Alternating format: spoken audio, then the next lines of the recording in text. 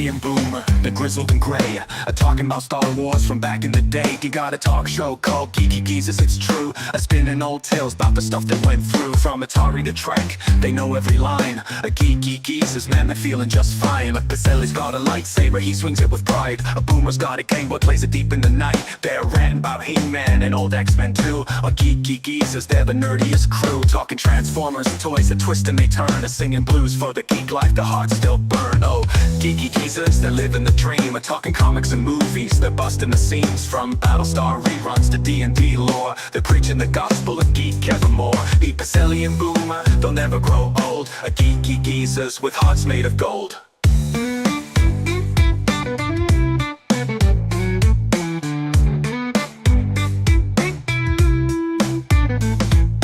Fans in the studio, mics turned up loud, reminiscing about Thundercats, feeling so proud. Pacelli loves Spider-Man, Boomer's for Hulk. They argue about Star Trek with passionate bulk. From Betamax tapes to their old D20s, Geeky Geezers where the nostalgia flows. They got fans in the chat, from the young to the old. They're tuning in to hear stories that never get cold. Talking Ghostbusters, Proton Packs, toys in the box. Saturday mornings with cartoons that rocked. Pacelli and Boomer, they're keeping it real. Geeky Geezers with that old school feel. Go Geeky Geezers, they're living the dream. Talking comics and movies, they're busting the seams. From Battlestar reruns to D&D lore, they're preaching the gospel of geek evermore. Pacelli and Boomer, they'll never grow old. Geeky Geezers with that old school feel. Oh, Geeky Geezers, they're living the dream. Talking comics and movies, they're busting the seams. From Battlestar reruns to D&D lore, they're preaching the gospel of geek evermore. Pacelli and Boomer, they'll never grow old. Geeky Geezers with hearts made of gold.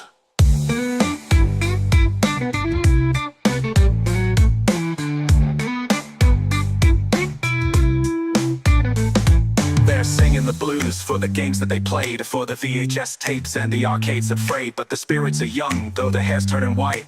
Geeky Geezers keep the nerd fire alight. So tune in each week to the Geeky Geezers show. Pacelli and Boomer, let the good times flow. From X-Files to X-Men, they're dropping the news. They're singing praises of geek life with them old blues. Pacelli and Boomer, forever they'll be. Geeky Geezers living wild and free.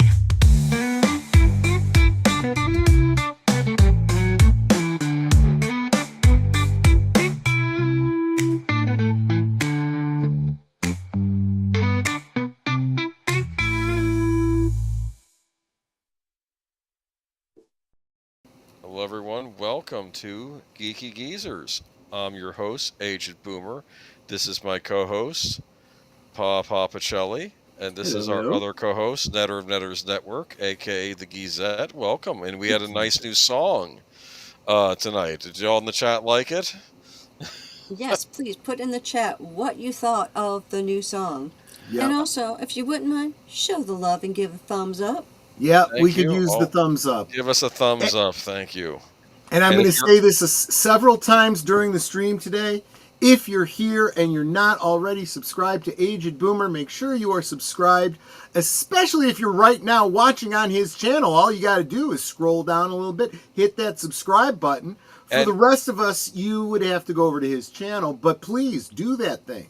And to those of you who think you're subscribed to a channel, always make sure that you still are, because sometimes you may think you are, and then you realize someone, maybe you somehow got unsubscribed from the channel that you regularly listen to. That happens. Yeah. But have a great stream. Rest in peace, Robert Redford. Thank you, Big Al. We'll be talking about that later tonight. Absolutely, we will. But yeah, still not started. Almost 12 hours late. What do you mean still not started? Do we have it set for the wrong time? I don't know. It doesn't matter because it started now, and we're going out on all platforms, so we're fine. I've just returned from the caves of Androzani, one of my favorite Doctor Who episodes of all time. Was that Peter Davison's last episode?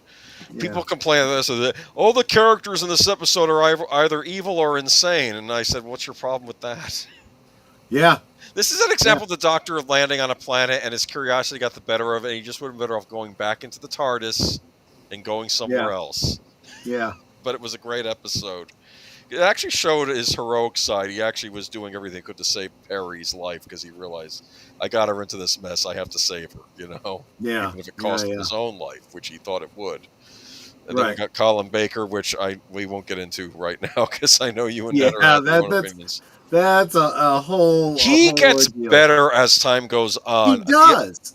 Especially during Tribal Time Lord. Him and Perry get along by then, yes. And himself, Colin Baker, cannot judge him by your first impression of him as the doctor, because he's a heck of a nice guy in real life. So yeah, it took me decades to warm up to that particular iteration of the Doctor. But as with so many franchises that we've loved in the past, things that we may not have cared too much for in the past seem so much better by comparison to the modern reboots and remakes and modern sequels to the stuff that totally trounce. I hated Superman Returns and the date assault kiss of his, and the Super Stalker with the X-ray peepers, and I was like, this is not Superman. And then I saw the Man of Steel, and I was like, okay, I want to go back to Super Stalker. I was debating when after I'd seen Man of Steel, I was like, is this better than Superman Returns? Because I really did not like Superman Returns when I saw Man of Steel, and I realized that things can just be bad in different ways. Yeah. And I think that's the problem. Like, for instance, we'll be talking about a Batman cartoon that's coming out, which I was like, okay. Oh, and I'm like, okay, so this looks horrendous in a different way than the current one they have on. I realize at this point a year in, you're not going to be watching Batman Cave Crusader, because I so wanted to talk to you about it. Like, for instance, the fact that I came to the conclusion by the end of that show that I think Batman is just another villain on that show. Oh gosh. Let's just say there's an instance where he made things worse for Harvey Dent, and I'm like, isn't this man in other incarnations your best friend, and this is how you treated him in this storyline? I mean, lemon pie. I don't know if I've seen you on the channel before, but welcome. Everyone likes a good lemon pie, don't they?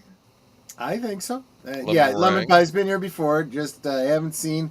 Hasn't been around in a while, so I'm glad you're back. Jessica Hardo, welcome. CluuStudio. I keep wanting to say Clue because of Clue Land, which was a Sega game for the Dreamcast. Okay. I think you were trying to trap mice in that. It was like a puzzle game. Trying to trap mice. Or were they space mice trying to get to a spaceship? I don't remember. Those mice get everywhere. Anyway, just going to sell some vintage vehicles for sale at a car dealership. There you go. Hopefully, there's not that you get a really good deal on one of them for your home.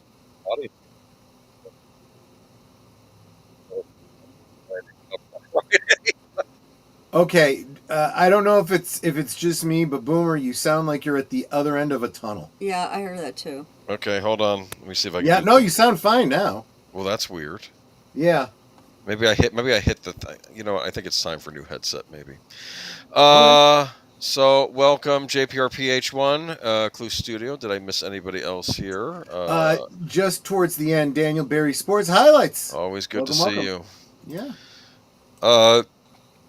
There should be a sports song sung by that same gentleman. You keep him away from Sophia. Yes, I'll keep him away. He's a Lothario, I can tell. He's gonna. I'm sorry. So anyway, that's Geeky Geezers for tonight. It's nice seeing y'all. Take care, everyone. Oh, wait. You want to bring up the presentation? Let's do that. Keep me on track. I heard a bag of something. You eating on the channel? Is that chips? No, I was just throwing away some garbage. I had a salad. I'll have you know. I had a salad, and I was throwing away the bag now that I'm done with it. I'm going to make y'all hungry. This is what I did today. Mm-hmm. She was busy. I was busy, yes. I cut up some apples and bananas for dry to dehydrate for that, because Troy likes to nibble on those, and they're healthy. Then I proceeded to make Philadelphia cream cheese bread and Philadelphia cream cheese cheesecake, which both have finished. Also had a hand. Well, actually, I made a whole bunch of garlic butter, which Troy used to make garlic bread because we were all talking about that last night. So Fresh loaf of Italian bread, cut it in half, just slathered it in Mm. garlic butter, sprinkled some grated Parmesan on top, and it is absolutely perfect. it was so yum. And if that doesn't work, if you're stuck at home and you have no garlic bread, you could just get out some toast, some butter, and see if you can find that garlic salt stowed away somewhere in the pantry. In That's how in our much poorer days, that's what that's we what you did. did. Yeah. That's how you got your garlic bread. When we were first married, yeah. Oh, Samuel Proctor's found a Facebook group that posts old comic house ads. You know what? That would be a fun thing to do either on a good old days or a Friday night. Look at all those old comic book ads. That's an idea. Oh yeah, that would be cool. Yeah. Have for dinner 6 seared in butter, pepper, and garlic, and a cast iron skillet. Add roasted potatoes and spring. Now I'm getting hungry. Spring onions. Yeah. Right. Okay. Right. All right. I had Hey, leftover Tree Rock Dominoes. Creations. I had leftover Dominoes. That was my welcome Tree Rock Creations. So oftentimes we talk about the good old days on this channel, and as this sort of ties into the final story of the night, I figured let's revisit. I don't even want to say a thing, a person really, an individual who brought a lot of joy to our lives growing up, and it's coming up on that time of the season when I always think about him. Every year, I do a watch party of Planes, Trains, and Automobiles. It is my Thanksgiving movie. So every year on Thanksgiving, I do a watch party of it, and gosh, it's just 100% pure John Candy. Well, yeah, it's one of the only two Thanksgiving movies I know of. The other is Home for the Holidays with Holly Hunter and Robert Downey Jr. and Charles During. He's in it too, which is a pretty good Thanksgiving movie. We've done a watch party of that as well. Yeah. Another problem though, I think Beethoven. Actually, I heard recently. Apparently, Beethoven, the dog movie, is considered a Thanksgiving movie. Did you hear that? Know about that? I don't remember even ever having seen the movie, so I don't know. No, and I won't see it because it's that ginormous dog with the slobber, and that grosses me out to no end. Well, don't watch Turner and Hooch then. Yeah, well. No. But anyway, dog slobber makes me ill. Oh my gosh, it is a Thanksgiving movie. I see the whole representation is Beethoven sticking his head out with the turkey leg in his mouth from under the Thanksgiving table. Welcome, Horror Cat Dad. A Turkey Day film according to the Horror Cat Dad. We did a whole bunch of those Thanksgiving. I'm surprised we didn't get Beethoven, but we got a lot of the movies that you mentioned last year. Bonjour, Netter. That's a super chat. Super chat from Geek Flag. There you go. There you go. Thank you, Geek Flag. Always appreciated. And Longest Running Superhero RPG. If you are not subscribed to this channel, be sure to check it out. He's got some cool stuff on there. And I hope that CK is subscribed to Aged Boomer. As I've asked everyone, please make sure that you are subscribed to Aged Boomer. It is an absolute crime that he is under 400 subscribers. We need to get about 150 more subscribers for this guy. Well, that's the goal. In short order. Yes. But anyway, let's get back to the topic at hand. We have John Candy here, and he was a delight growing up in the 80s. There are a lot of great comedic actors in the 80s. And thank you, Geek Flag, for the Hey Troy and Boomer as well. Oh, there you go. Thank you so much. Okay. But I remember though he was every time you do it. Okay. I remember though it was always a joy to see him on screen, and he would sometimes pop up in a small part or be kind of the headliner. Yeah. And I didn't realize this at the time. I think he had got his start on SCTV. I think I had mentioned that when we did a good old days on SCTV. He was in a lot of those Count Foyd things when he would show Dr. Tongues. Yeah. Which was some series, and it always had John Candy as Dr. Tongue in the series, right? Like Dr. Tongue's House of Cats. Tormenting poor Catherine O'Hara, thing. Which is funny because they kind of reunite in Home Alone too, which we'll show a little bit. But Yeah, I'll just leaf through some movies. Anything pops out. He was in the Blues Brothers. I've not seen the Blues Brothers in ages, but I forgot he was in that. Yes, right? he was. He was Orange one Whip, of the- Orange Whip, 3 Orange Whips. Yeah, he's one of the state cops. Yep. That are after the Blues Brothers, right? Exactly. And yeah, there he is with the sunglasses. Is he like a boss hog sort of character? I suppose that's the role he's playing here. Thank you so much, CluuStudio, for $5 is saying John Candy and Steve Martin. Can you top that? No. Yeah, and I'm hearing some scuttlebutt about Steve Martin having possibly a little bit of sniffles that might be life-threatening. At least that's what you have to believe. Well, it's what you have to believe if you haven't been paying attention to science for the past 5 years. But a lot of people are real concerned about him. So, so I do wish the best for him, and I don't want him to be sick at all. But some people think that he's got a terminal illness because he caught a bug that we've all had over the past 5 years. Even I caught it, or a variant of it. What up, people at the party? John Candy is an international institution. Yes, he is. Yes. Definitely. And from everything I've heard, an absolutely wonderful person. You know, just... Well, we're going to get into that because the last story night, there is a documentary now coming out about him and his life. Looking forward to that more and more. This is from Stripes. This was from a female mud wrestling scene. Is that right? Yes, it is. Yes. So let me set the stage for you here. Bill Murray gets everybody, out. I don't remember if they had official leave or not. Doesn't matter. It's a comedy. They go into town and to have some fun. They go to see the mud wrestling, and they're doing the whole, I don't remember if you win some drinks or something if you can beat the girls or whatever. And they're like, hey, you should do this. He goes, nah, that's not it. Come on, man. You could do this. You're a lean, mean fighting machine. And they get him out there, and the girls are just clobbering him. And his buddies all, tell him, you don't have to take this from girls. Come on. You're a tough guy. And all of a sudden he just goes, and he clobbers them and clotheslines them and ends up taking their bikinis. And you see him holding up their bikinis right there. Yes. It is incredibly funny. This movie would not get made today. No, it would not.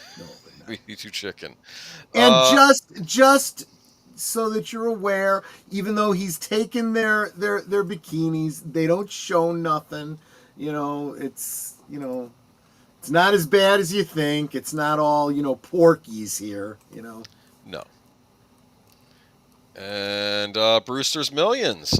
We forgot he was in that. Yes, and, he was. He was the well-intending friend trying to help that almost caused him to lose the fortune. Yes. Now Richard Pryor, of course, the headliner in this movie, but John Candy, great. He would sometimes be in movies as a great supporting character. Yeah. Against other comics. So, sometimes even just cameo roles. Yes. And you'd be like, oh my God, that's John Candy. That's John Candy.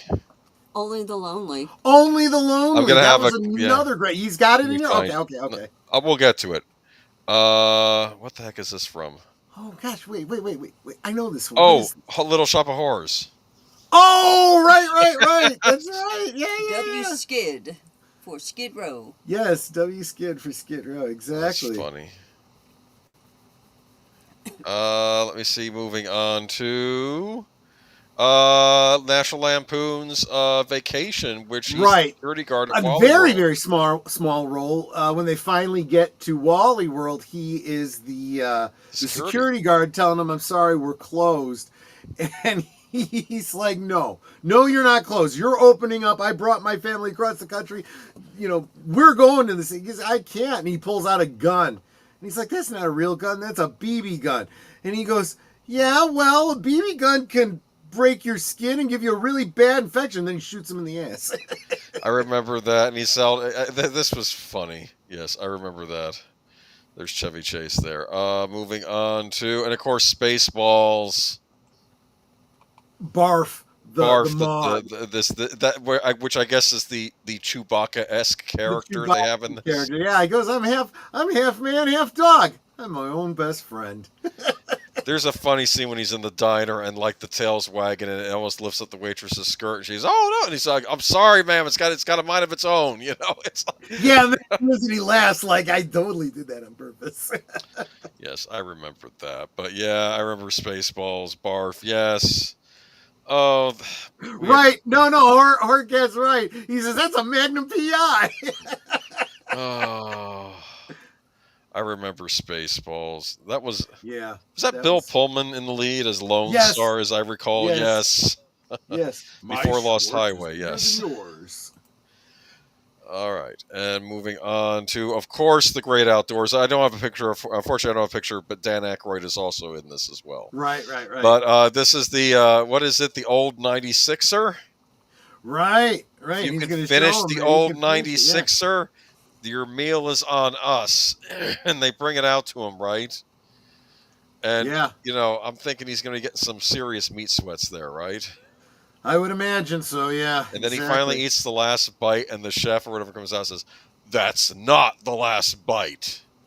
And he says, "What are you talking about? All that's left on the plate is gristle and fat." And then the guy said, "Uh-huh." And then suddenly John Candy's all horrified, and he's grabbing. He's like, "No, no!" And he's like, "Oh, he'll pull through, and we can throw some hats and some souvenir hats for the kids too." And he had to eat the gristle and fat, didn't he? He had to use the Did he run to the bathroom, and then the family ran out of the cabin they were renting for the summer? I would, sure, absolutely. Holy cow! Oh, I forgot to bring up Harry Crumb, but yeah, he was in Harry Crumb as well. I don't have that in the slideshow, but yeah, that's one I never watched. I should probably look into it.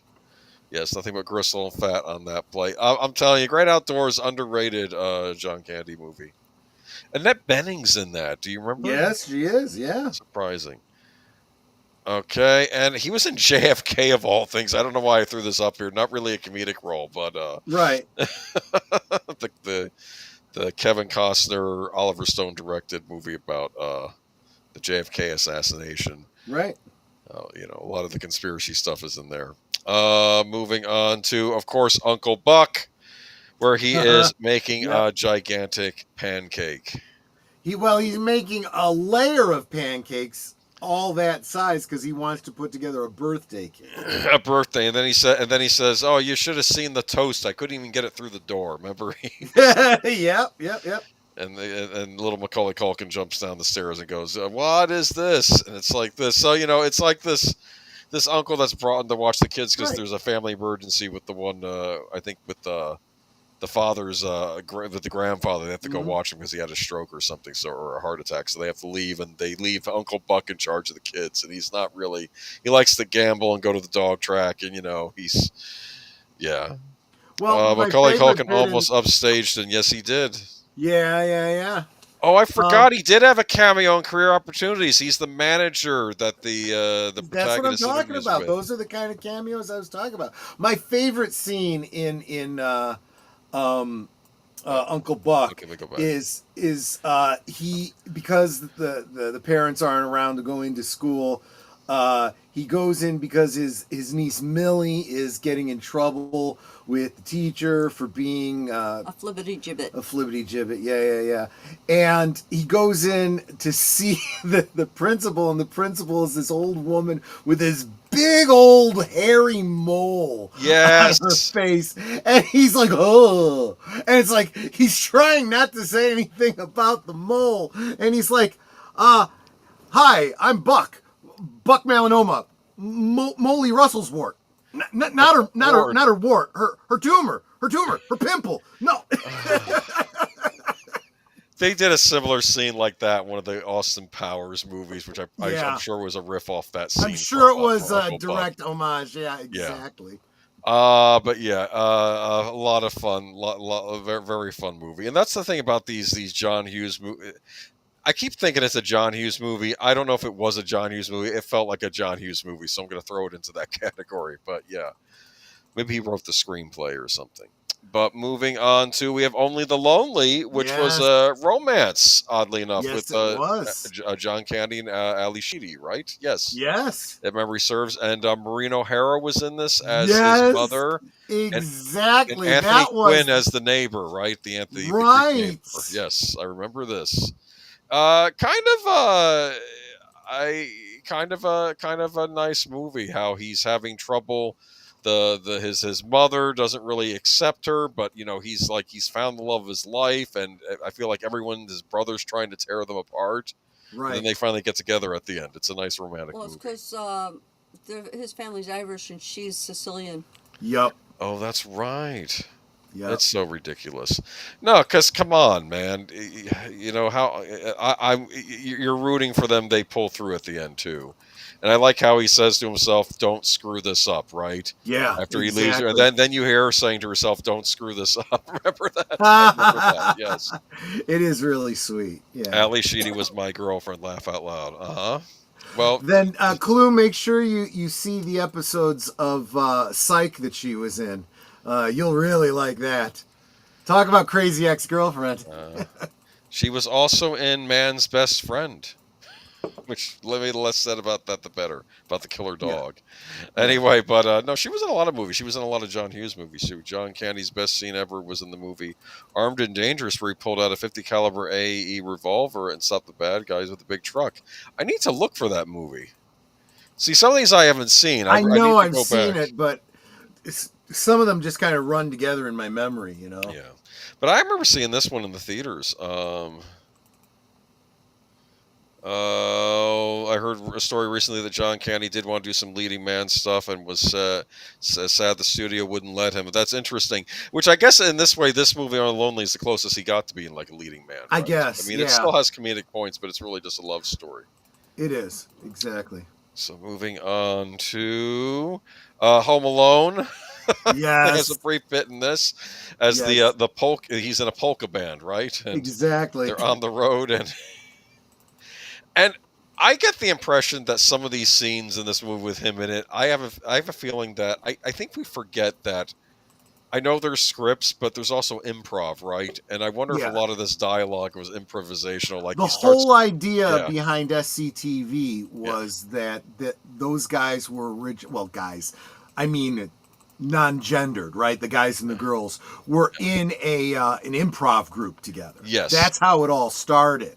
That's where all that kind of humor comes from. Yeah, and I think you throw a script at them, and they just see that as a suggestion. That just tells them the outline of the story you're telling. They're going to fill in the details themselves. Exactly. And like I said, there was a scene where he was talking about all the guys and how they were not the best parents in the world, not the best dads, right? How right. And he said how me, we left our oldest son, we went to our uncle's funeral, and we left him there at the funeral parlor and forgot about it, and then he spent the night there or something with the dead body, and we felt terrible about it. But then a few months later he started talking again, so it works out. Yeah, exactly. Basically making the point, kids are resilient, I mean, I part of me thinks that whole story was an improv thing, but it was brilliant. I'm sure it was, but that's why it was so classic. And then you look at that look on her face. It's like, I don't think that's acting either. It's like, I don't know what's going on here. We didn't do this in rehearsal.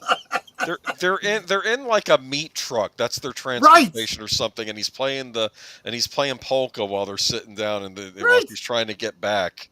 Right. Oh, back to that, yeah. But moving on to, I'm just going to do our final one of the night, which of course is your favorite. My absolute favorite, yeah. That's another one where he's talking to Del Griffith, right? And he's talking, and he's finds out that Steve Martin's he wants to get home to his kids because his daughter's supposed to be in a recital or whatever. Those are the formative years. You can never get those back. And you're sitting there going we know. That's why he's trying to get home. You're not helping here. What I love about this movie is it's not just Del Griffin, though. It's also, forget the Steve Martin's character name. Why do I always forget? Del Griffith and Neil Page. Page, right. Neil Page, right. And I see when you start the movie with Steve Martin, you're supposed to relate to him, right? But by the end of the movie, it's John Candy who's now your protagonist. I don't think it was intended exactly that way, but I feel that's how it comes. It kind of flips at the end. I didn't even think about that. It does. It's you're rooting for Steve Martin to get home to his family and his wife, and by the end of the movie, you are with Steve Martin wanting to support Del Griffith because he needs somebody. And he takes him home for Thanksgiving, and I'd like to think they still remain friends after that, and all went well. I wish John Candy and Chris Farley was still around. So do I. Miss Chris Farley a lot too. They used to bounce him off of David Spade. That was what they used to do with him. And the brightest candles burn out fastest, they say, and I think especially after the past couple weeks. When we lose someone way too soon, they tend to have had the biggest impact on us. Yeah. Even to this day, whenever someone brings up John Candy, Steve Martin, he's smiling because he is remembering him, and he almost starts to cry. Oh. He does. I've seen so many interviews like that. It's like you could almost make a drinking game out of it. Franchise of Automobiles is the greatest Thanksgiving we made. Probably because it's the only one, but it's still a great film. Well, it's not the only one. It's one of three. But it is. I think it is I think it's absolutely the best Thanksgiving movie. Have there been more Hanukkah movies than Thanksgiving movies at this point? I'm thinking there may be. I am brutally in ugly tears by the end of this movie. I really am. Between just the story and the reunion at the end, and the song, and a little bit of projection on my part, I'm sure, and that freeze frame on a legend who's no longer with us. It's sad. It breaks my heart every time. I was in the 8th grade when John Candy died. It was truly sad. So was I. There's certain celebrity deaths. I remember when Phil Hartman died too, especially because of the circumstances. That was a huge shock. Yeah, that bothered me. That put me in a mood the whole summer because I was upset about, because I was a big Phil Hartman fan too from SNL. Yeah, and just not happy about when it. You heard that John Candy died from a heart attack. You're brokenhearted, but at the same time you're like, okay, I guess I'm not that surprised.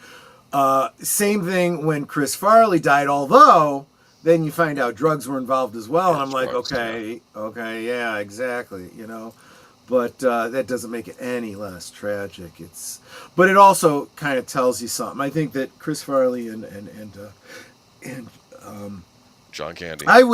John Candy, but I was going to say, and John Belushi as well. Belushi, that's what I'm thinking to a certain extent. Okay, yeah. To a certain extent. All three of those guys, they were great entertainers that made people laugh so much.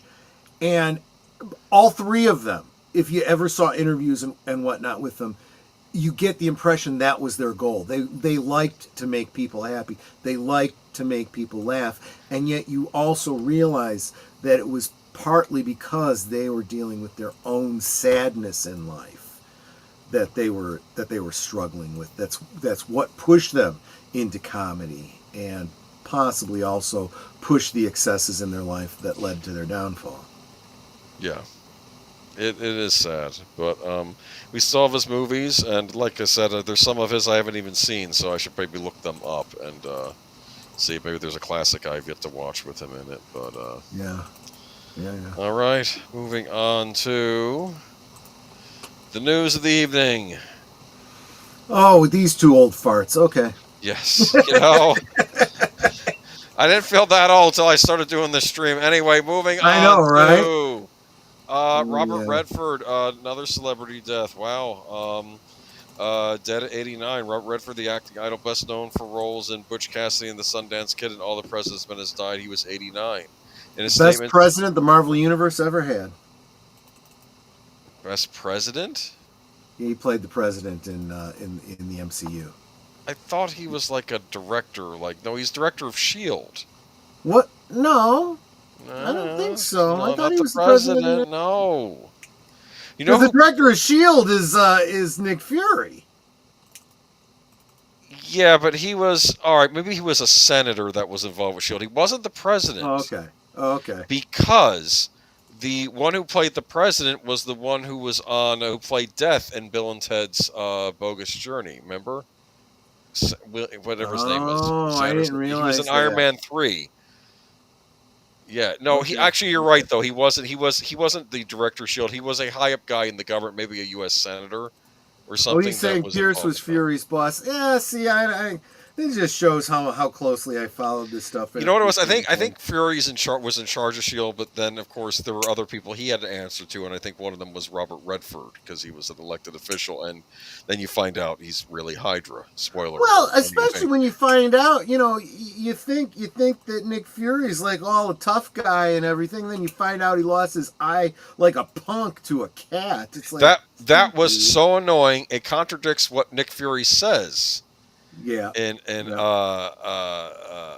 what was it? I think it was in Winter Soldier where he says, I lost this because I trusted somebody. Because I trusted somebody. Yeah, he was talking about trust because actually, for all my picking on Captain America, I'll admit Steve Rogers makes some great points in the movie when he's looking at all the weapons they're developing and about how we can intercept people before they even do anything. He's saying this isn't freedom, this is fear. When he's pointing at all this, and he was right. Yeah, of course, it turned out it was Hydra behind all of it. What? Yeah, Netter has her own problem for not caring for Nick Fury. Yeah, Nick Fury lies. He had destroyed Coulson's collectible cards that he can't get anymore because he was being a jerk. Yeah, that's my geek girl. She knows how important a guy's collectibles are to him. Yes. That's why I have a 6-foot Millennium Falcon in my garage. Oh, Secretary of the World Security Council, Nick Fury, close friend, director of Hydra. Oh, he's WEF. Screw that guy. Never mind. Let's move on. Anyway, what was I going to say? Let's talk about Robert Redford. Okay, statement. Yeah, Robert Redford passed away on September 16th, 2025, at his home at Sundance in the mountains of Utah, the place he loved, surrounded by those he loved. He will be missed greatly. The family requests privacy, Berger said. Born in 1936, Redford studied acting at the American Academy of Dramatic Arts. Like many performers of his era, he got his start on the stage. He made his Broadway debut in 1959's Tall Story, then appeared later in The High Tree. In 1960, he starred in Little Moon of Alban, and the following year in Sunday in New York. He also starred in Nothing in the Dark, a memorable 1962 episode of The Twilight Zone, in which he played a wounded cop with a secret opposite, a frightened and skeptical opposite Gladys Cooper. Maybe I think I read that sentence wrong. I don't know. But in his performance in 1963 as uptight newlywed Paul Bratter in Neil Simon's Barefoot in the Park, that gave the actor one of his early signature roles. In the stage version, he appeared opposite Elizabeth Ashley, and he later played the role in the film version, co-starring Jane Fonda. Redford's big break on screen was George Roy Hill's seminal crime film, Butch Cassidy and the Sundance Kid. The California native went on to be one of the most enduring figures of New Hollywood period, with leading roles in classic movies such as All the President's Men, 3 Days of the Condor, The Sting, The Great Gatsby, and Sidney Pollack's Out of Africa. I'm a big fan of 3 Days of the Condor. Have you seen that movie? Oh, of course I have. There's some shady stuff in that movie. Oh, yes. In like fact, a shadow government. Robert Barnes on his premium channel just did a rewatch of that. He likes to do movies that are topical for educational reasons. Yes. But what I will say too, they're not going to bring it up in this article, I can guarantee you. I don't care about his MCU role because I don't care about the MCU anymore, guys. I really don't. He was good in it, though. In a different world, he would have been Superman. Did you know he's one of the ones considered before they went Christopher Reeve? I wonder. And you could almost see it. I can almost see it. His hair, though, it's more blondish, right? Oh, they could have darkened it. I guess they would have had to darken his hair. I mean, I guess I could have seen him as Superman, but I'm glad they cast Christopher Reeve. I am too. In fact, I don't know who would I have. What superhero would I cast Robert Redford as? When he was young enough, he could have been Captain America himself. Yeah, there you go. He got the Presidential Medal of Freedom from Barack Obama during the Presidential Studio. Obama said Redford captivated audiences from both sides of the camera through entertaining motion pictures that often explored vital social, political, and historical themes. Okay, so rest in peace, Robert Redford. Yeah. I also wanted to say I was. It was literally last week when I realized that he was the one behind the Sundance Film Festival, and I'm like, oh wait a minute, Sundance. And that's when I made that connection. And it's like, oh my gosh, it was so obvious. How did I go all these years not even realizing that? Oh, Sundance. I didn't know that either. Now I didn't know that either. You just, wow. Robert Redford as Green Lantern. That I could have seen. Hal Jordan. Yeah. Even as he's getting old, look at the gray on the temples. He would have made a great Hal Jordan. That's actually a really, really good call. Yeah. Reed Richards. I wouldn't wish that on any actor at this point now. They've so ruined the Fantastic Four. They had one shot to fix it, and they totally blew it. I don't even want to. You knew who the audience wanted, and you deliberately teased it, and then didn't go with it. Yep. You had good relations. You had good relations with his wife too. Emily Blunt could have been an Invisible Woman. I don't know who runs things over there. Well, we know who runs things. It's Feige and the other idiots. I am getting more and more jaded and more and more bitter, and I am just eagerly awaiting the Schadenfreude when Doomsday bombs. I really am. It's looking like a disaster. Actually, Jesse makes another good point. Green Arrow. If he actually grew in the beard and mustache, I would say absolutely spot on. Yeah. The Green Arrow. Yeah. Oh, this effort. Okay, yeah. ABC pulls Jimmy Kimmel Show off the air indefinitely over Charlie Kirk comments. This is the big story of the week. So just to remind everybody, this is a weekly news show that we do here, and this happened like right after we had done Geeky Geezers last week. So we've been sitting on this for a week, and we've been able to, over the past week, see all the fallout and all the crap takes on this. Did you see? I caught myself. Over the past mushrooms, week. Yes. Yeah, exactly. Mushroom takes. Okay. On Tuesday, May 13th, 2025, at North Javits in New York City, an incredible roster of all-star talent will tout their connections. That is a completely wrong thing. Okay, never mind. ABC on Wednesday pulled Jimmy Kimmel Live off the air indefinitely over its host's controversial comments linking the alleged killer of conservative activist Charlie Kirk to President Donald Trump's MAGA movement. Trump praised the move, which came hours after Federal Communications Commission Chair Brendan Carr suggested ABC broadcast license was at risk because of Kimmel's remarks. ABC is a subsidiary of Disney. Just before ABC's announcement, Nexstar Media Group said that its stations are affiliated with ABC would preempt Kimmel's show for the foreseeable future, beginning with tonight's show because of the host's statements. Nexstar is seeking FCC approval for its planned $6.2 billion merger with Tegna. About 10% of the approximately 225 ABC affiliate stations are owned by Nexstar. Tegna owns about 5% of ABC affiliate stations. ABC spokesman on Wednesday night said Jimmy Kimmel Live will be preempted indefinitely. A person familiar with Kimmel's situation told CNBC that the popular late night show, the show host, has not been fired. I did want to bring that up. I think people are saying that he's been fired. It's not that he's been fired, it's that his show has been put here's on the other problem. Here's the other problem with what he's saying now, as opposed to what he has said in the past. Mr. Hypocrisy here. WDW Pro has been doing a great job of bringing the receipts.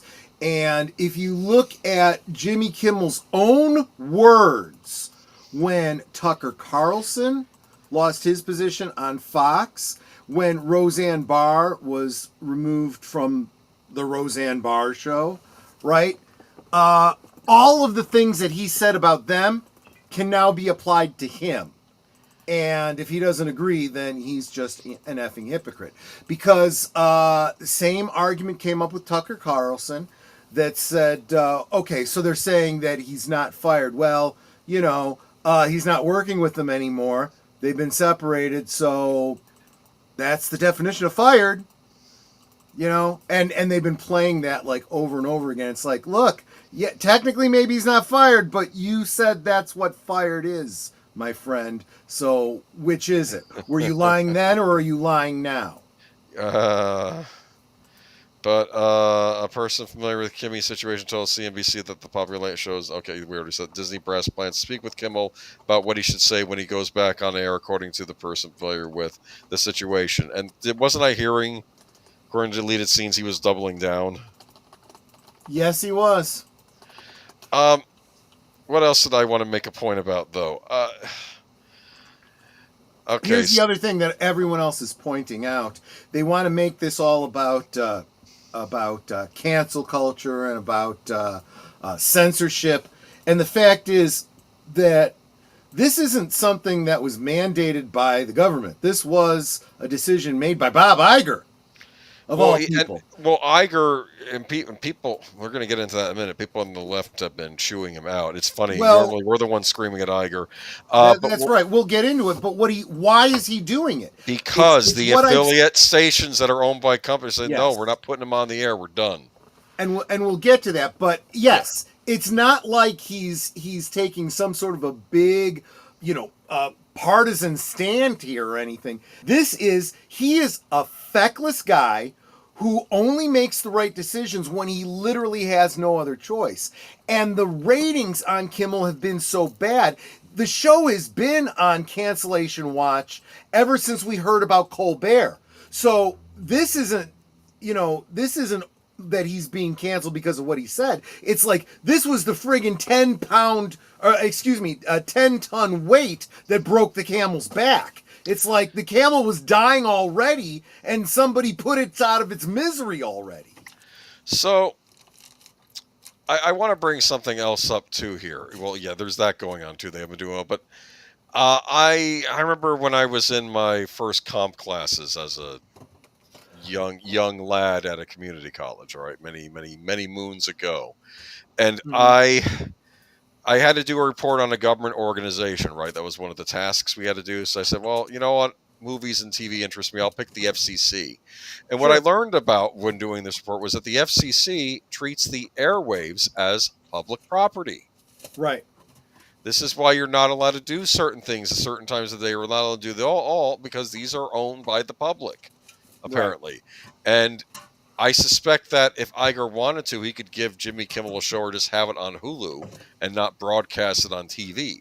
Everyone has been saying they could right now immediately start airing his show on Disney Plus if they so chose. Yeah, or Disney Plus, the other one. Yeah. Yeah. But the public airwaves are something else, and he delivered a deliberate falsehood. Yeah.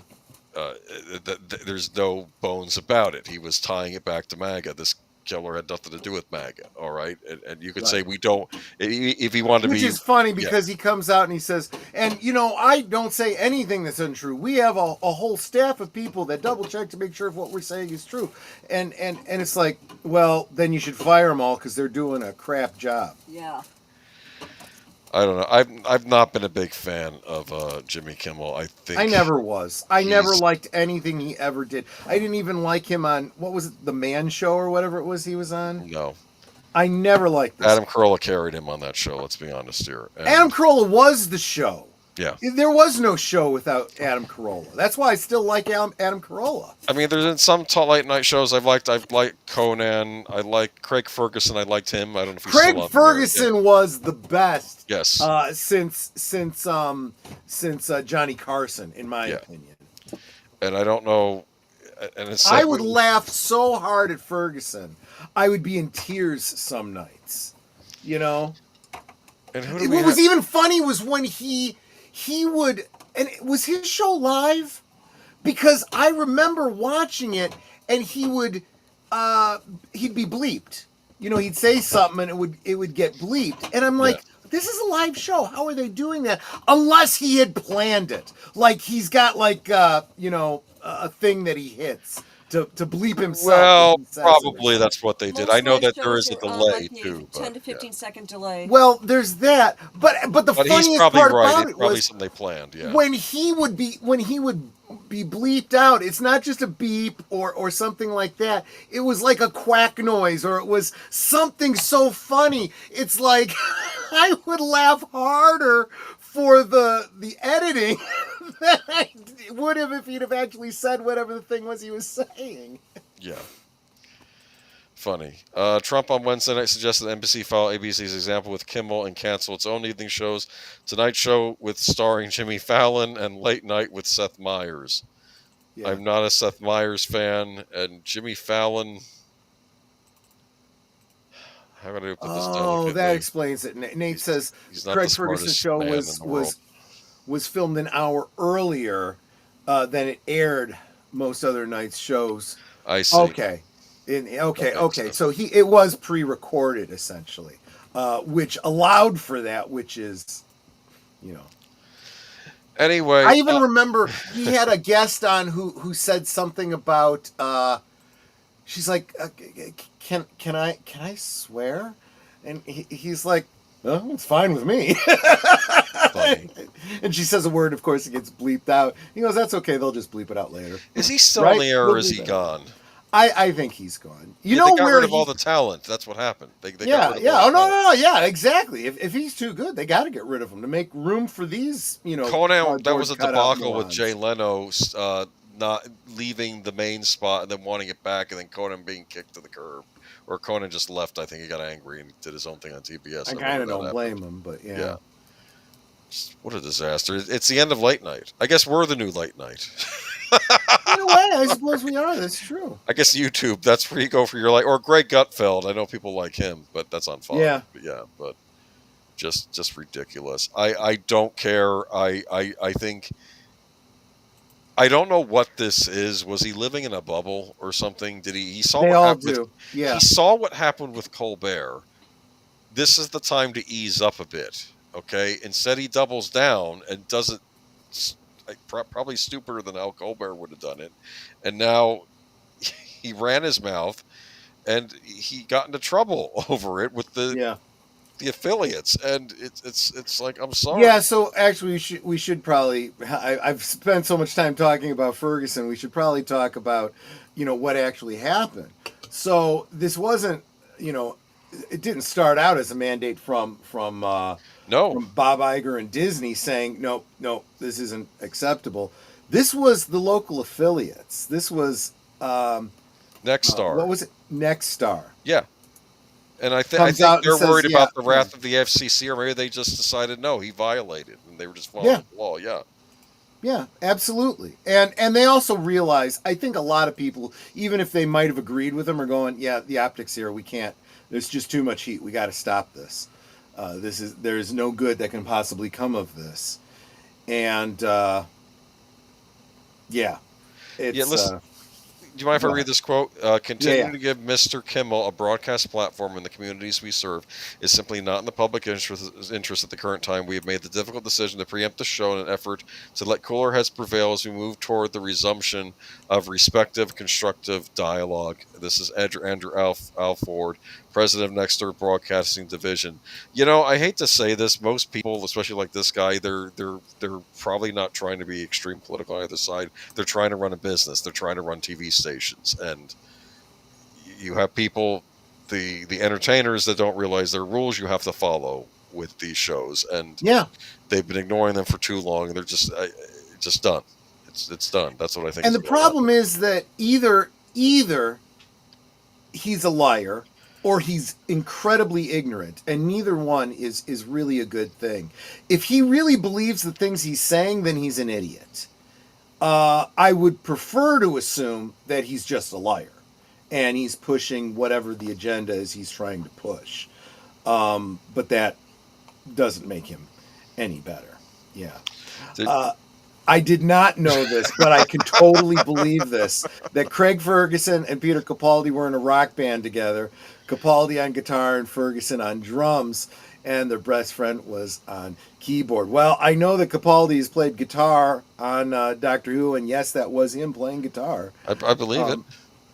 And I did know that Ferguson had been in a band. I did not know that the two were together, but makes sense. They're both from Scotland, right? Yeah. They're both from the same general neighborhood. So yeah, absolutely. Oh, But welcome, Leia Plus Size to the chat, by the way. hey, welcome. And Jay Eldridge. And Accounting Sheep, welcome. But yeah, so they have obviously lost their audience. They have obviously lost the main normies in the entertainment industry to go after a modern audience, and now they're losing that modern audience as well. They have no audience left now. In the aftermath of the suspension of Jimmy Kimmel Live by Disney-owned ABC, She-Hulk herself is speaking out. Tatiana Maslany, star of Marvel's She-Hulk Attorney at Law, which aired on Disney Plus, is urging people to cancel their subscriptions to Disney services. I'm sorry, I think that's huge, considering that it was her show that was used to promote these Disney services, and now True. she's telling people However, to cancel them. There's a lot of people speculating that the only way she would be coming out and talking like this is if she's no longer with Disney anymore. I thought she was supposed to be in Doomsday, or was that a rumor going around? That was a rumor. They've rumored that everyone is going to be in Doomsday. Okay. The fact is that I would be surprised if she is, but then again, I'd be surprised. Anything they do, I don't know. I've given up trying to second guess Marvel at this point. She's done with Disney after that. She absolutely is done. She knows that her career is effectively over with Disney. So this is just sour grapes on the way out. These neo-Marxists are all spoiled children, is what they are. And they're just throwing a tantrum because they lost their jobs. It's weird how they threw Gina Carano to the wolves, and yet this actress is deliberately trying to torch their service. Yeah. Okay, Maslany wasn't the only one. Rosie O'Donnell called for a boycott of ABC, parent company Disney, and their advertisers. Who? Rosie O'Donnell. Who's that? I don't remember. Seriously, who gives a crap about her? Okay. Former Congressman Adam Kinzinger wrote in his 1 million X followers this morning, Former tells you everything you need to know about him. When government intimidation and corporate cowardice meet, free speech dies. Boycott ABC and Disney until they stand up to Brendan Carr's censorship. Again, it's not Brendan Carr; it was the affiliates that shut this down. Have their Twitter accounts been taken down? Have they been kicked off of Facebook? Have they been kicked off of Blue Sky? Are they not allowed to be interviewed? Because I remember when that happened to people. You know, that's free speech, and none of these people spoke up for any of them, right? Yeah. But when a network says, "Yeah, no, the ratings suck," and the viewership has spoken, you're gone. That's not free speech. That's not cancel culture. That's consequences culture.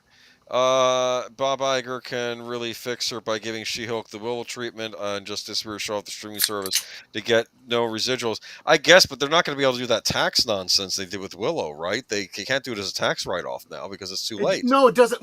No, they can't. But what they can do is remember these people that have been in these shows have been fighting for residuals. When a show is continuing to show on a streaming platform. So if you get rid of the show, you can stop paying her. Kimmel's free speech has not been affected. He is free to go to colleges and shows for free. And he could friggin' get a YouTube show. Here's what I understand. Isn't this other side always saying, "Oh, I believe in free speech, but you're also the consequences of that free speech or whatever." And I'm like, well, that's what is going on here. You made a great point about the FCC. The FCC maintains the airwaves for the public, right? Yes. You have a right to free speech. You don't have a right to be carried over the public airwaves by the federal government.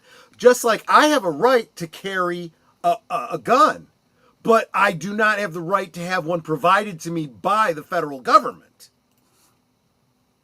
I have to pay for it myself. Exactly. Cancel Disney Plus when you cancel, leave feedback. I'm canceling because Jimmy Kimmel was rude. Who said that? That was box office tracking firm Exhibitor Relations. Who are they? I don't know. Transparent star Amy Landecker, who was married to West Wing's Bradley Whitford, posted an image of the cancellations page of Disney Plus Apollos. Okay, so I heard there's more outcry than just what I've shared here, though. I know it seems like it's only a few people. It's actually a lot of people in Hollywood are very angry at Disney over this. Are angry at Bob Iger. They've now turned on Bob Iger. So was it worth it, Bob? Exactly. Was it worth throwing the audience under the bus and screaming at the audience and people who complained that just wanted a halfway decent Star Wars movie or Marvel to be on track and to knock off the nonsense and the weird stuff in the kids' movies, the children's movies, and now what? Now your precious left audience is now turned on you. So what does that leave him with? Exactly. Why is he still there? Right. I remember in the past you thought it was an ego thing, right? Yeah. I don't know. Okay. I don't know. Because what else is he going to do, I guess? I don't know. Play golf. Isn't that what they do when they retire? I don't know. I guess we have anything left to say of the Jimmy Kimmel thing? Any final words? No. Good riddance. Good old She-Hulk there. Okay.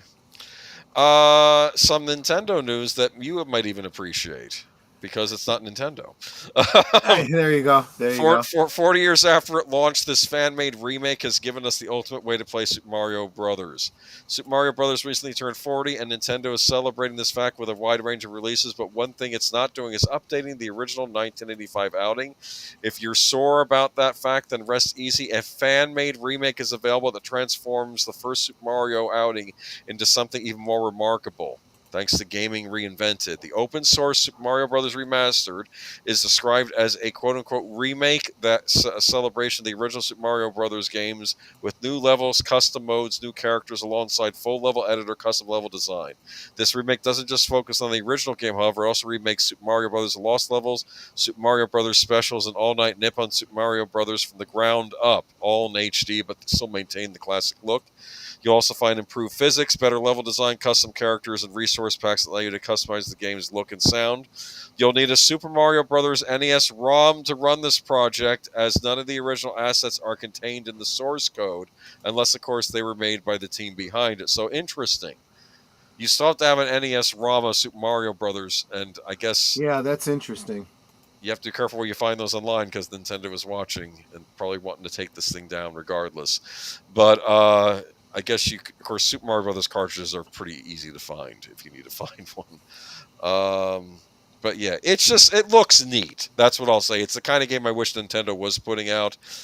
I always gave points to Sega because when I think Christian Whitehead was working on his Ultimate Edition of Sonic CD, he wanted to add levels to it, and basically Sega said no.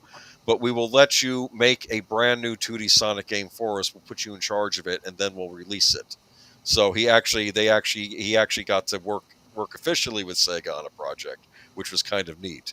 And he also supervised the remastering of Sonic City without his added levels, because they didn't want them adding levels to the original design, but said, you can take those levels you made and put them into an original Sonic game that you'll make for us. That was cool. So yeah. I think you know this about me, that I'm not nearly as well versed in these games as you are. Okay. But as I look at this picture, widescreen, yeah. Mm-hmm. And I see the image of Mario there. Is that what he looked like in the original Super Mario? Because the reason I ask this is because he also looks so much like the original Mario, although he wasn't called Mario at the time, in Donkey Kong. Yes. You start out the game, he's very small. When you get a mushroom, he gets big, and that's where you see the more classic version of him where he's larger. And hence the Super Mario Brothers and Super Mario Brothers. For instance, before Super Mario Brothers came out, there was a game called Mario Brothers, which was just him the same size of him and Donkey Kong. And that was also the introduction of Luigi, his brother, in that game. And that was him going around the sewers and horrible things were attacking him, but it was not the Mushroom Kingdom yet. He didn't get there yet. Gotcha. And now in this game, this is where he starts out small and gets the mushroom. This is a very slick-looking homage to the original Super Mario Brothers. It looks very cool. As you've said in the past, sometimes the fans are making the best stuff, right? Exactly. And this looks I like even noticed that fireball fireball on there looks just like the fireballs from Donkey Kong. Yeah, exactly. So I'm like, yeah. Well, the same guy made both games. The same right. Jiro Miyamoto. And it would be cool. Nah, the ultimate way to watch Super Mario Bros. Is to play on original NES, original cartridge on a working 80 CRT TV. Yes. We'll touch on that next week. We're posted that about Alyssa Milano. That'll be fun for next week. This will be the gift that keeps on giving. But yeah, anyway, Super Mario Brothers. If you're into these sort of things, I have to tell you, the fan community is doing amazing things with these classic games. There was some guy out there that made a version of Metroid where you can, looks like the NES game, but they give you a map. They give you all the assets later Metroid games gave you. Oh wow! I've heard people mess with old Castlevania games. It's cool, and this looks cool. And I wish I had a way to play it actually, because I don't really PC game. I guess that's how you would play it. But I might have to look into getting a PC at some point. I doubt I can play it on my Mac, right? Anyway, moving on to and this is the regular Nintendo news of the week. Now, to be fair, I don't know if this is rumors or if this is really happening, but it's a new report states that Nintendo of America is cutting loose around 200 long-time contractor jobs as it has decided to outsource its customer service support services ahead of the Switch 2's first holiday season. This report comes from IGN's Rebecca Valentine, who spoke to numerous customer service support staff and sources under anonymity. Many confirmed to the outlet that they were told back in March 2025 that their contracts were being cut and gradually being phased out. None of the contractors had received direct communication from Nintendo itself, hearing instead through their agencies about the news. Now these contractors are expected to train their replacements, many of whom are based in South American countries, primarily in Brazil, Argentina, and Nicaragua. These have previously been limited to first-time contacts who act as representatives to send the information and problem on to the main team in the U.S. There are concerns from sources that there will be the immediate term be a drop in quality of support, which there will be, particularly once the fully trained agents leave, with the big end seeming to prioritize saving. There's something rotten at Nintendo right now. Yeah. Outsourcing should always concern you. Yes. Why are they needing to save money? They're making money hand over fist. This is just greed. That's all it is. That's what this is. I have to question whether or not they're really making as much money as you might think they are. I do think a lot of people are starting to get tired of their BS. Yeah. The new contractors all speak English. Some IGN said there was a number of communication issues internally, with an increase in customers becoming irate, belligerent, and even racially abusive. It's just like when you think oh my goodness, this is not going to be good. And Nintendo American response to IGN has stated that the claims shared with IGN include inaccurate information and that our top priority is to provide excellent customer support, and we are all pleased that customer satisfaction with the service provided by our partners remains positive. See, there you go. There's Nintendo's response. There you go.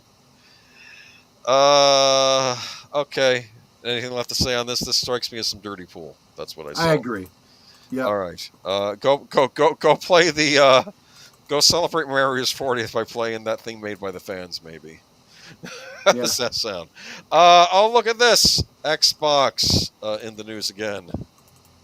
Tell me about it. Xbox console prices are going up in the U.S. again. Now I know we did an article about this a couple weeks ago, but that's okay because they're going up again. This is in addition to what they already said the increases were going to be.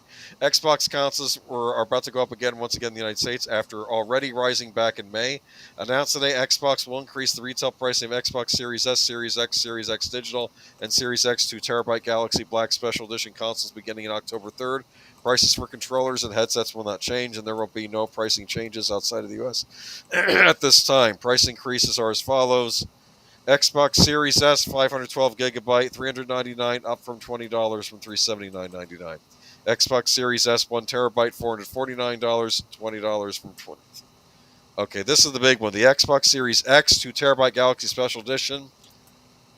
$799.99, up $70 from $729.99. We're getting to the $1,000 console. Yep. And again, I have to ask, why when you can just get a PC? Well, how cheap are You can get a PCs at this PC moment and for you gaming? can infinitely improve the graphics, improve the whatever. You have the ability with your own computer to upgrade things that and have as many terabytes of storage as you want. You are no longer able to do that on these consoles. They're getting smaller and smaller. You can have less and less games. They'll take them away from you because you don't own anything on those platforms. And they're going to charge you more and more and more for them. Why are you continuing to do that? Xbox says, well, to be fair, a lot of Xbox fans this generation did go to PC. They said, I'm done. Yeah. And Steam is They're working. smart. You know, Steam is working on a console, a Steam box, like a consoleized version of Steam.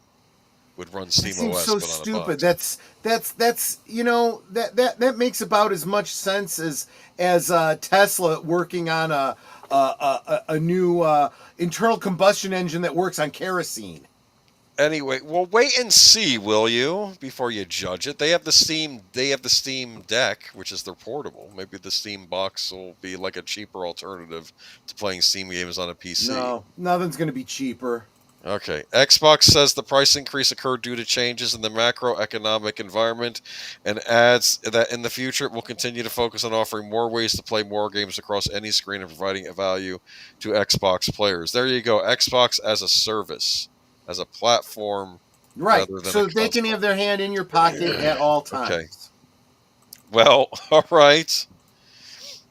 So I'm done with consoles now. I think most people are. It's getting to that point. Sony screwed up this generation by putting all those live service games like Concord.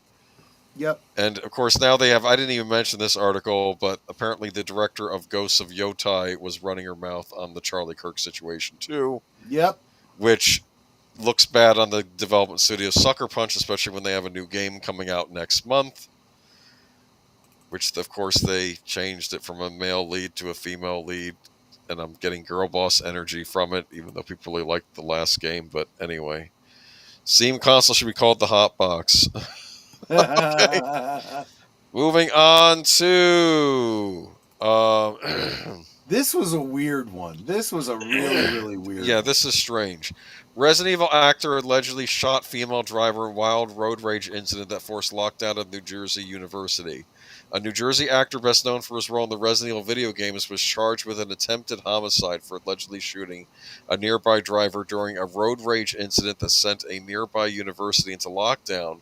Ernest Wesley Hines, 48, went on a near deadly tirade in broad daylight last Thursday after cutting off a woman while she was attempting to merge at a red light, according to cops. Within minutes, Hines allegedly exited his vehicle and started cursing out a female driver behind him, even threatening to kill her while she sat there in fear, police said. As they approached the light, the male yelled at her, reached his hand out of the window, and fired a single shot, said Captain Marc Esposito of the Galloway Township Police Department. The woman quickly called police and reported she had been shot in the face while Hines sped away and right into the Stockton University campus grounds. When officers arrived, Hines was long gone, and the victim had thankfully sustained a non-fatal wound on her nose, according to the Galloway Township Police. Well, she still got shot on the nose. I hope she can get that fixed. The woman was conscious enough to tell authorities where Hines headed and even provided a description of his white Honda SUV. Authorities were able to use the victim's details about his vehicle to track down the violent driver later that day. Stockton University was in lockdown the entire 3 hours that authorities scoured the campus for the road rager. Hines was cuffed at the residence near campus and charged with attempted homicide. He is being held at the Atlantic County Justice Facility and is expected to appear in court for a detention hearing this week. Police oddly shared his professional headshot instead of a traditional mugshot photo online. The testy thespian hasn't appeared in any relevant project since his short-lived it's a short film called The Soul of Blue Eye in 2014.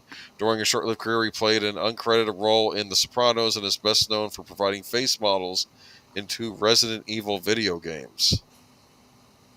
So I guess they won't be using his face anymore.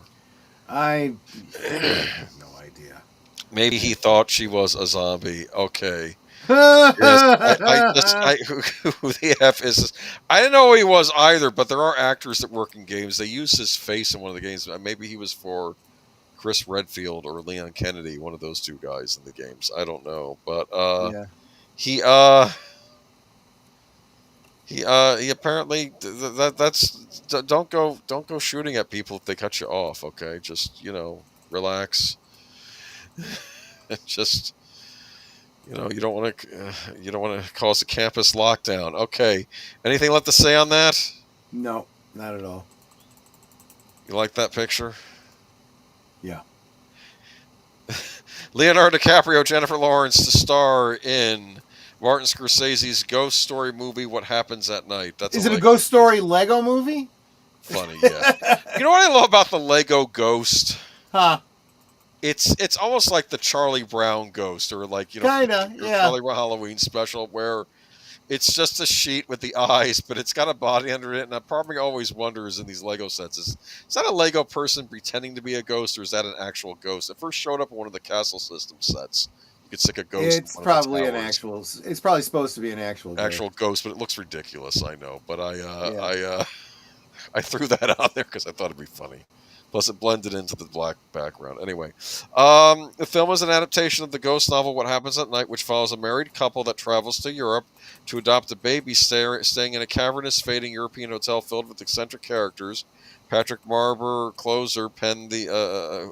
he wrote Closer. Is he the guy that wrote the Closer TV show? I don't know. In the screenplay? Okay. I mean, I like the Closer. Apple Original Films is in talks to finance and produce the movie with Studio Canal.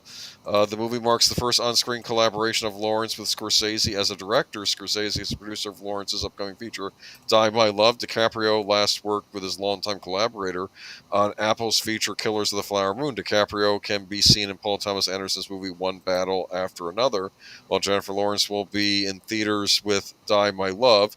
The movie comes as Scorsese is balancing a few features in development, including a Hawaii-set crime drama that would star Dwayne Johnson and Emily Blunt. Oh, that's interesting, because they're going to be in a movie together this fall anyway. Where he's playing a UFC fighter, I think. I'm curious though. This is Scorsese doing, I want to say, a horror movie. Is that right? A ghost movie? That's what it seems to imply. Yeah. That's interesting, isn't it? I mean, how would he do a ghost movie? I don't know. I guess we'll see. Did he do Shutter Island? Was that a ghost movie? Was that creepy? I didn't see that. No idea. Okay. Yeah, no idea. I like Scorsese movies, don't you? Usually, yeah. Okay. Yes, the ghost figure does glow in the dark because, of course, it does. Yeah, I like that. Okay, so I don't know. This movie actually interests me. I'll say that. I would like to see how. I'd like to see. I also want to see how Tarantino would do a horror movie, which he always talked about doing but never did. Yeah. You know what his idea for a horror movie is going to be, Tarantino's? He was going to, all these horror movies that came out in the 1970s that were based on books, he was going to try a book from the 1970s that was popular but never got made into a movie. That was what he was going to try doing. Okay. Like a Lost, make like a Lost, but I don't know if it's going to happen. Demon Slayer did well at the box office. Demon Slayer Infinity Castle, Sky High in Sony expansion, Conjuring Last Rites communes with 330 million. This is our box office update from last weekend. Downton Abbey finale brings home 30 million. You a Downton Abbey fan? I've got all the DVDs they put out so far, yeah. Okay. It was only a matter of time, and what a time it is after making record-breaking waves in Japan this summer and rolling out in staggered fashion elsewhere. Demon Slayer Kimetsu no Yaiba Infinity Castle finally reached a big suite of overseas market in the U.S. This weekend via Sony Crunchyroll. Oddly enough, it was called Demon Slayer Revelations in the United States. I'm kidding. I'm just trying to think of standard American title as opposed to that. Okay. The latter are reporting a new high for the biggest anime opening of all time with 132.1 million global weekend. That breaks down 70 million in North America, plus 29 million from Latin America, and 17.4 million from Europe, 6 million from the Middle East, 5.2 million from India, and 3.2 million from Australia, as well as smaller markets. People do love Demon Slayer. I assume Demon Slayer is about a demon slayer, right? I should think so. I mean, if I'm going to judge by the title, yeah. I've watched the anime Goblin Slayer. Mm-hmm. You know what I love about the anime Goblin Slayer? Goblins are just evil in it, and they have to be killed. Yeah. Which is what D&D used to be like, too, Right. before they started getting all sympathetic, yes. Okay, note that Sony does not have Korea, Taiwan, or China. In Korea, Infinity Castle is already 34.7 million through today. Number 3 movie of the year on the market. We saw phenomenal Demon Slayer Mugen Train in 2021, and this continues to drive home how popular the genre has become. Well, is it the genre or just this anime in particular that's popular? I mean... Good question. Yeah, I don't know. This is kind of outside of my your wheelhouse. I gotcha. Yeah. Conjuring Last Rites is still doing well. Added a big 60.5 million in 76 markets during the sophomore session. Well, horror movies are cheap to make, and they don't cost much. Things went quiet. Am I still in the air? Okay, moving on to... Yeah, Troy accidentally dropped out. He'll be right back. No, it's okay. I just want to make sure because I want to make sure I didn't go dead on the mic. Okay, but yeah, Downton Abbey grand finale seems to be doing okay too. Just released 31 international box mark, and to be fair, I don't think you're expecting Downton Abbey, the grand finale, to make numbers that an Avengers movie would have made, But I think it'll still do pretty good for what it is. Okay. Sorry about that. I'm back. It's cool. Anyway, Downton Abbey, politics and gossip, slot for women. Go eat and drink while watching this in the theater. What? Let me tell you something. Downton Abbey is very popular with a group that meets at a library I work for that are very into the British stuff. Yeah. Netter and I were very much into the Victorian era and reenactments and steampunks and all the conventions and whatnot. And one of the big steampunk conventions was considering moving from the Victorian era into the Edwardian era, particularly because of the popularity of Downton Abbey. Interesting. So that's why we really started studying not only Downton Abbey, but digging into it and making, doing the whole analysis of how historically accurate would this be. Obviously knowing that these are fictitious characters in a fictitious... Why make it steam, though? Why not pick another thing, like electricity or something, or I don't know. Well, there was talk about that, starting to move it from steampunk into an electric... Early electricity, dynamos and whatnot. Yeah, that might have been interesting, because you might create a whole new thing there with that. Yeah. Demon Slayer is about a young man who does his best to fight against monsters as part of a Demon Slayer organization in the Meiji Restoration era. Okay, so it's a period piece for Japanese history too. Okay, yeah. So interesting. Okay, so I have nothing against any of these movies, so I'm fine with them doing okay. Women watch it for the dresses, and then I help my wife to recreate those dresses. I don't know. There are a lot of movies shows that are popular. There's the whole. There's Bridgerton. There's Sanditon, which I used to call Sandition because I know how to pronounce it. Batman's in the news. Batman comics are in the news. Batman #1 comic sells over 500,000 copies. What the heck? A year after launching a juggernaut publishing line with Batman at its center, DC has another massive Batman comic book hit. The publisher announced that it's Batman #1, a relaunch of the Cape Crusader by writer Matt Fraction and artist Jorge Jimenez, has sold over 500,000 copies. That number puts the title as the top-selling comic of the year, so for a number that is unlikely to be topped, despite one more big publishing event on that calendar, the two-part company crossover comics involving Deadpool and, you guessed it, Batman. Do you see a Batman-Deadpool crossover? No. I feel like Wolverine fits the Batman role in that relationship. If Because then you might want to check out the amalgam series that was a joint venture between DC and Marvel, where they took characters from both universes and combined them, and they did exactly that. Batman was combined with Wolverine. Right. Superboy was combined with Spider-Man, making him Spider-Boy. Superman and Captain America became Super Soldier, and so forth. Yeah. Okay, cool. DC was leading the year this year with Batman number 158, which featured the return of DC's chief Jim Lee to drawing duties in a sequel to his and writer Joseph Loeb's now classic Hush storyline. That comic, published in the spring, has sold over 400,000 copies. Another comic at the 400,000 plus sales level was the Invincible Universe Battle Beast number 1 by Robert Kirkman, Skybound, and Image Comics. Bat number 1, which hit source November 3rd, has sold out within comic book distributors and is gone for a second printing, which will arrive in stores October 15th, which new variant foil and cardstock cover. Part of the driving force behind the massive sales is that it's only the 4th time DC has renumbered the comic in the title's 84-year history. Do you think that this is speculators buying this up, or is it just genuine Batman fans excited about this? I hadn't considered that. I've seen that happen in comics before. It's the stupidest thing you could possibly do, but I guess it could be. It could be maybe this new line people are excited about it. I was lucky enough to attend Rose City's comic convention in my beloved Portland last weekend, a Batman number 1's incredible launch. Never felt such a thunderous immediate embrace from readers before, Fraction said in a statement to the Hollywood Reporter.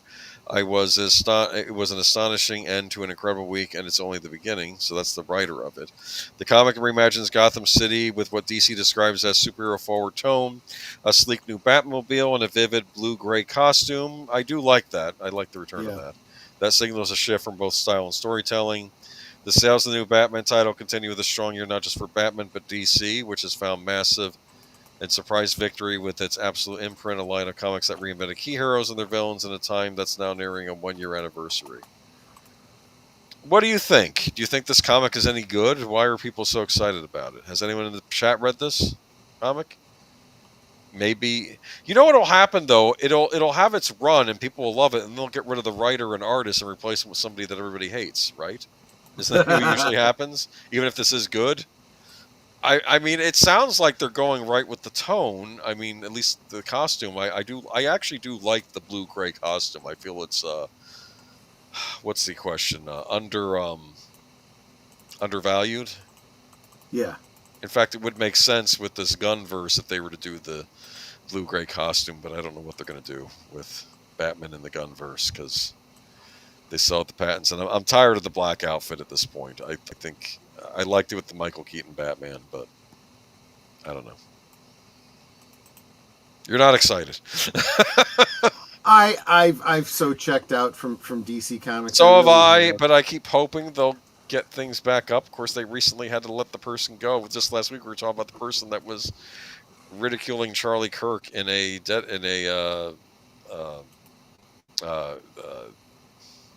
Red Hood comic. That's right. Yeah, and they completely got rid of the entire comic. Yeah, so. That one. Well, you can check out last week. That Batman looks like Nightwing. To be fair, there are other covers where I believe he looks more like the classic one that I remember from the 80s. We'll see. I don't know. But then I get deflated when I read this. Prime Video's new animated comedy pays tribute to Batman and Robin. I'm like, what are they talking about here? Okay, director Mike Roth shared his love for Joel Schumacher's campy 1997 film Batman and Robin by making Mr. Freeze, Poison Ivy, and Bane part of the Aging Rogues Gallery in his 2023 family-friendly Christmas movie, Merry Little Batman. He's paying further tribute to Batman and Robin in Bat Fam, his animated sitcom coming to Prime Video in November. The follow-up to Merry Little Batman will see the return of Luke Wilson's Batman taking on the challenges of raising young Damian Wayne with the help of his faithful butler Alfred Pennyworth, voiced by James Cromwell. I'd like to see James Cromwell as butler, but never mind. Alfred is joined by his grandniece Alicia Pennyworth, London Hughes. The character's name is a nod to Alicia Silverstone, who played Alfred's niece Barbara Wilson, aka Batgirl, in Batman and Robin, a major shift Schumacher made from the comics, where Barbara is Commissioner Gordon's daughter. Rather than donning a costume of her own, Bat-Fam's Alicia Pennyworth will be working to rehabilitate former supervillains. I'm hating this show already. I know, me too. For starters, I hated Batman and Robin. I've gone on record. It was in my top 5 worst movies of all time. Yep. That work starts in Wayne Manor, which will be the home to 3 supervillains who have fallen in hard times. Ra's al Ghul has been effectively turned into a ghost due to magical mishaps, so instead of leading the League of Shadows, he's just doting on his grandson Damien. That sounds terrible. Volcana, the psychokineticist introduced in the 1998 episode of Superman the Animated Series, has been de-aged into a 12-year-old by the Lazarus Pit and is now playing the role of Damien's sarcastic big sister. Man-Bat is the family's slacker roommate, squatting in the belfry and spending his time playing video games and raiding the fridge. Any thoughts on this? Yeah, no. This is obviously not made for me. Here's the deal. I know some people didn't like Batman the Brave and the Bold, but I feel Batman the Brave and the Bold was actually going back to the comics for its source material. It was just going back to all the weird comics that were in Batman over the years. But they even did an episode where they did an homage to like the Japanese Batman comic that came out in like the 60s, where Robin had a gun. Remember that? Yeah.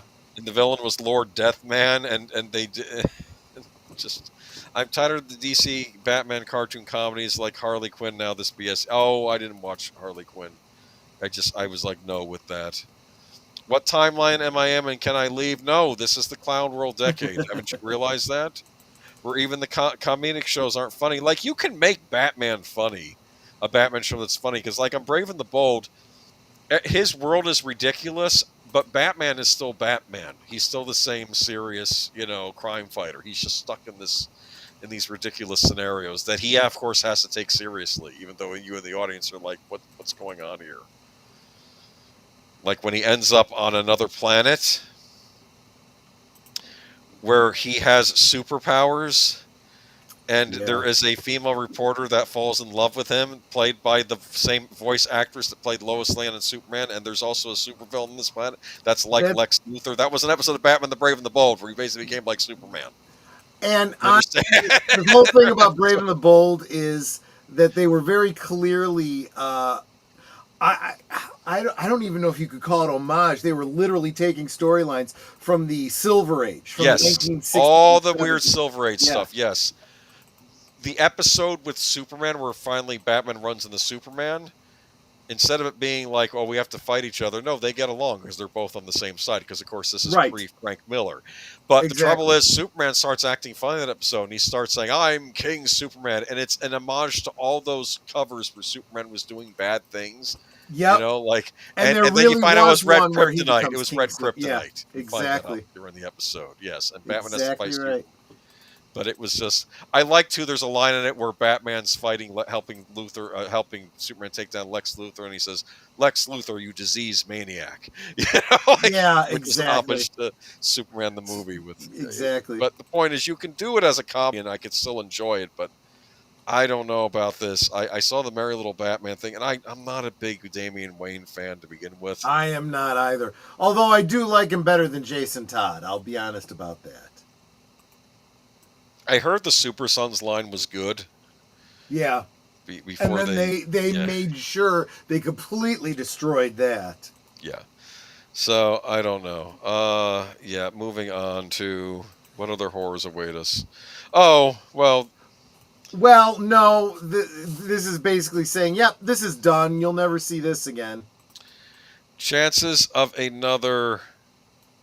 Am I only on page 8? I better speed this along. Okay. We're down to our last 2 articles. Okay, why do I have so much extra stuff here? Okay. Chances of another Star Trek The Next Generation reunion are 0 to none, according to Marina Sirtis. The third season of Star Trek Picard reunited the Star Trek The Next Generation crew almost 2 decades after Nemesis, their final film together. There have been some suggestions of seeing them together again, but actress Marina Sirtis doesn't see that happening. However, short of a full-on reunion, she wants it known that she's ready to suit up as Troy again if needed. In a video post on Instagram, Marina Sirtis responded to fans asking if she would return to Star Trek, noting it was a difficult question. She first addressed the idea of another reunion with the next-gen cast. I think that the opportunity was missed at the end of Star Trek Picard. If we were going to continue with TNG, I think it would have been an opportunity to do that, but obviously that didn't happen. So the chances of all of us getting together again, I think, are pretty 0 to none.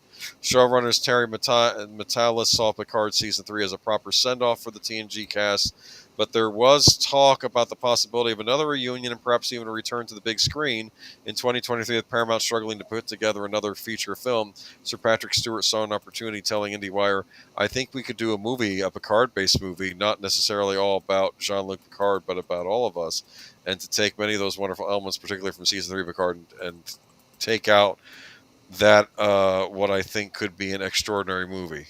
Okay. I almost didn't include this one because this is another one of those. Yeah, we're all out of work. We want you to know that if given an opportunity, we would do this all again, but it really doesn't look like that's going to be happening. So it's really a non-news thing. The theme song says that we talk about Star Trek. Yeah, that's true. That is true. We have to include one of those elements at least one stream a night. Anyway, we didn't talk about Thundercats. Yeah, that's coming, guys. Just wait. Maybe in 20 years. Anyway, what was I going to say? I had heard a rumor too that they were going to try to J.J. Abrams the Star Trek: The Next Generation crew by just doing a whole new cast. Oh, God. And setting it younger. That does sound like exactly the kind of thing that Kurtzman would want to do. But guys, just sit tight. We've got to see if anything comes of Kurtzman. If Kurtzman leaves, all of this stuff that has happened since Kurtzman took over Trek, all of that becomes decanonized. Must we? Look, I don't know what's going on with Star Trek. They need to move forward with Star Trek. I mean, TNG was supposed to be moving forward from the original series. They would mention things every so often that happened on the original series, but it wasn't like... Yeah. It wasn't too often. Like, I did like how in the one episode with the time traveler and the time traveler was saying, "Oh, you don't know if you know the events happen here, you could, if you save someone that you're not supposed to save." And he says, "I know, it could be the next Mustache Man or the next Kong Singh." He mentioned Khan Singh. I thought that was interesting how he mentioned Khan in the same name as the guy who I can never mention. Which makes perfect sense. Yeah. Which makes perfect sense for a Star Trek story. Yeah. All right, time to move on to our final story of the night. Yeah, exactly. Macaulay Culkin recalls John Candy. Macaulay Culkin, a co-starred opposite John Candy in John Hughes' 1989 comedy film Uncle Buck, shared fond memories of the actor comic in the Toronto International Film Festival premiering documentary John Candy, I Like It, I Like Me. In the project, which features interviews from the likes of Culkin and Candy's Planes, Trains, and Automobiles co-star Steve Martin, and is helmed by... so they interviewed Martin in this too, great, and is helmed by Colin Hanks, who executive produced alongside Ryan Reynolds. The Home Alone star noted that Candy watched out for him and was among the first to notice his father's difficult and monstrous behavior. I think he always had that really great instinct. I think he saw Culkin remembered per Entertainment Weekly, listen, even before the wave crested and the Home Alone stuff was happening, it was not hard to see how difficult my father was. He was no secret. He was already a monster. All of a sudden, the fame and the money came, and he was an infamous monster. He was already not a good guy. I think John was looking a little side-eyed, like, is everything all right over there? You doing good? Good day? Everything all right? Everything good at home? All right? Culkin added he felt a paternal energy from Candy, and his looking out for him was a testament to the kind of man he was. It doesn't happen that often, Culkin continued. It actually happened less as time went on. I wish I got more of that in my life. It's important that I remember that. I remember John caring when not a lot of people did. Unfortunately, I'm sorry. This is a big thing in Hollywood. Yeah. They ignore the stuff going on with the kids, whereas John here was saying something's wrong here. Yeah. Culkin and his brother are real pains. Kieran Culkin have previously spoken about their strained relationship with their father growing up, for whom they are estranged. Macaulay Culkin also said their father was physically and mentally abusive in an interview with Deadline's Toronto studio. Candy's daughter, Jennifer Candy Sullivan, said of her father's treatment of Culkin, "When we hear about Macaulay Culkin, that doesn't surprise me because that's who our dad was. He was going to just... he wasn't just going to ignore a kid because he was a kid actor and he was moving on to something else. It's like he genuinely wanted to know." Director Hanks added the fact that John took that time to check in with Mac and made sure he was doing okay. I related to that, having experienced it myself. John was like that with everybody. He was like that with the people he worked with. He was like that with the people he met on the street. John made you feel important. He made you feel heard. And that was a really unique quality. That was a really unique quality. John Candy, I Like Me will launch worldwide on Prime Video October 10th. You get Prime Video, don't you? I do. So you'll be able to watch it. Okay. Mm-hmm. And that's it. And yeah. I do like John Candy. I did want to put in an article about this documentary that was coming out. And that's it. There you go. Where am I on page 8? Oh, now there's nothing left. It says 8 of 20, and then when I go down to page 8, there's nothing left. Something's screwy with this PDF. Did you know could be you, Doc? Yeah, oh, it's me, huh? I'm Could the problem. be. Did you know that apparently someone somewhere made a version of Doom that could be played in a PDF? I kid you not. Played in a PDF? Played really? in a PDF. I can't even imagine how that would work. It's not as robust as like the version you get on Steam now, okay? But it can be. It has its limitations, but apparently they got it working in a PDF. Wow, interesting. I need to try that out sometime. Maybe at work, I'll get into trouble. Anyway, that's it for tonight, y'all. This was Geeky Geezers. Did we learn anything this week? Are we excited for anything this week? Maybe a return to Batman's true form in comics? Maybe? No?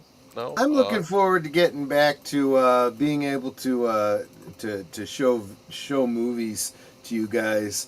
We'll be trying to get F1 up and running tomorrow night. I think we'll be okay. So members that missed out on being able to watch F1 with me last week because Cosme was giving me trouble. And actually, I shouldn't blame Cosme. It was actually Windows and the browser giving me an issue. So definitely, if you want to become a member, membership is as little as $2 a month on my channel.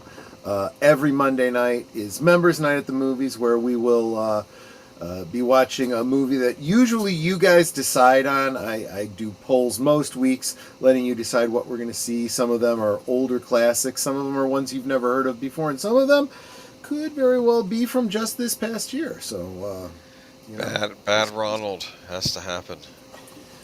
I want this to be something that it's gonna go up I again. want my members to enjoy themselves on the members streams. You have no idea what you're missing out on. I'm probably it made it into a book about television disasters, and what was called "What Were They?" That's all you needed to say. Thank you so much.